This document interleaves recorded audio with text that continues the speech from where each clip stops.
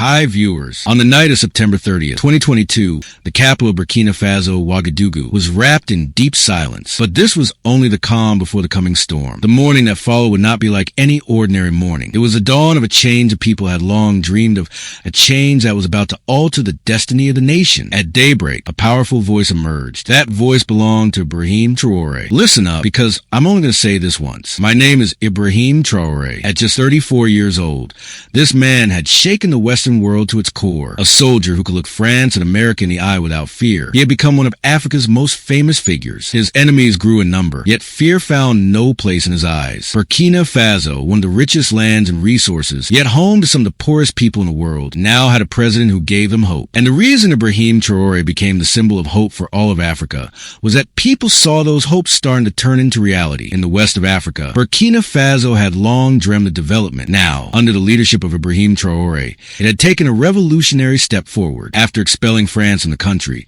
Traoré launched projects that stunned the world. Once a poor nation, Burkina Faso was now entering a new era of progress under a bold Muslim leader. One of his visionary projects was an innovative road construction plan, using Japanese technology to strengthen the soil by wrapping it in sturdy bags. The method was simple yet highly effective. Sand, soil, and gravel were filled into plastic bags and stacked like bricks. This project, in partnership with Japan's JITSA, promised cheaper and faster construction of durable roads. A network of 5,000 kilometers of such roads would connect rural areas to cities and link Burkina Faso with other West African nations. The best part? It required no heavy machinery or expensive imported materials, just local labor, local soil, and simple tools. But Traoré didn't stop there. He introduced another groundbreaking idea: roads built using old, discarded tires. What seemed like a joke to many became reality in Burkina Faso. Waste tires that once polluted the environment and produced toxic smoke, when burned, were now laid in order on the ground, covered with a special cement mixture that bonded perfectly with rubber, making roads resistant to heat, cold, and even earthquakes. Experts said this method was not only environmentally friendly,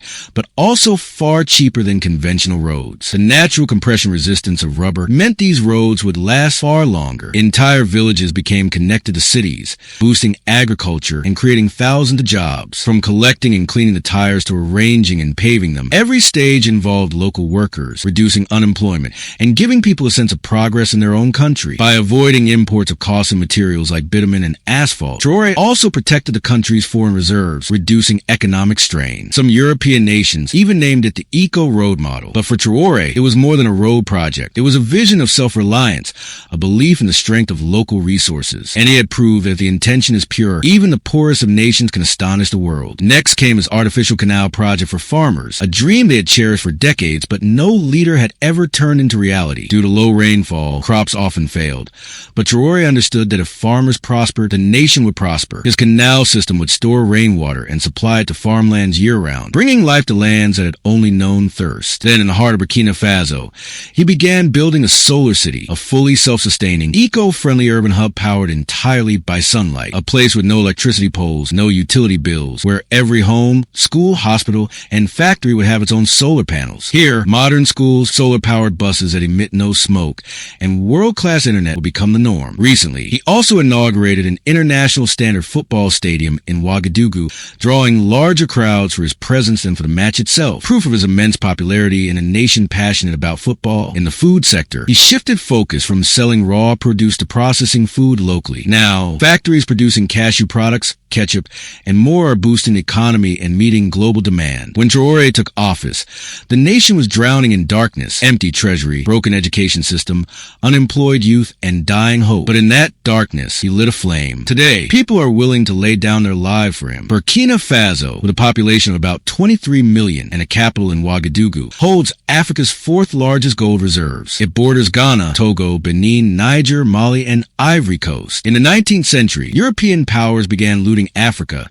dividing it during the 1884 Berlin Conference, then called Upper Volta. The territory fell under French control in 1896. France exploited its gold and cotton, and in 1932 even divided its land among neighboring colonies, attempting to erase it from existence. After World War II, France weakened, and in 1960 Burkina Faso gained independence, at least in name. France kept control through its CFA franc currency, ensuring the nation stayed poor while exploitation continued. That exploitation ended on September 30th, 2022, when Allah brought Ibrahim Traoré to power, ending decades of oppression. Think about about it. This was once a country barely visible on the world map, and today it is a model for others. This happened because Traoré did not wait for foreign aid. He took action. In today's world, it is the young and the honest who must be brought forward to shape better policies. If Traoré succeeds, it will be a victory not just for Burkina Faso, but for all of Africa. If you believe Ibrahim Traoré's journey is not just Burkina Faso's story, but a story of hope for Africa, the Muslim world, and oppressed people everywhere, then don't keep this to yourself. Share it so others know that change doesn't belong only to powerful nations. A true and honest leader can also carry the spark of revolution.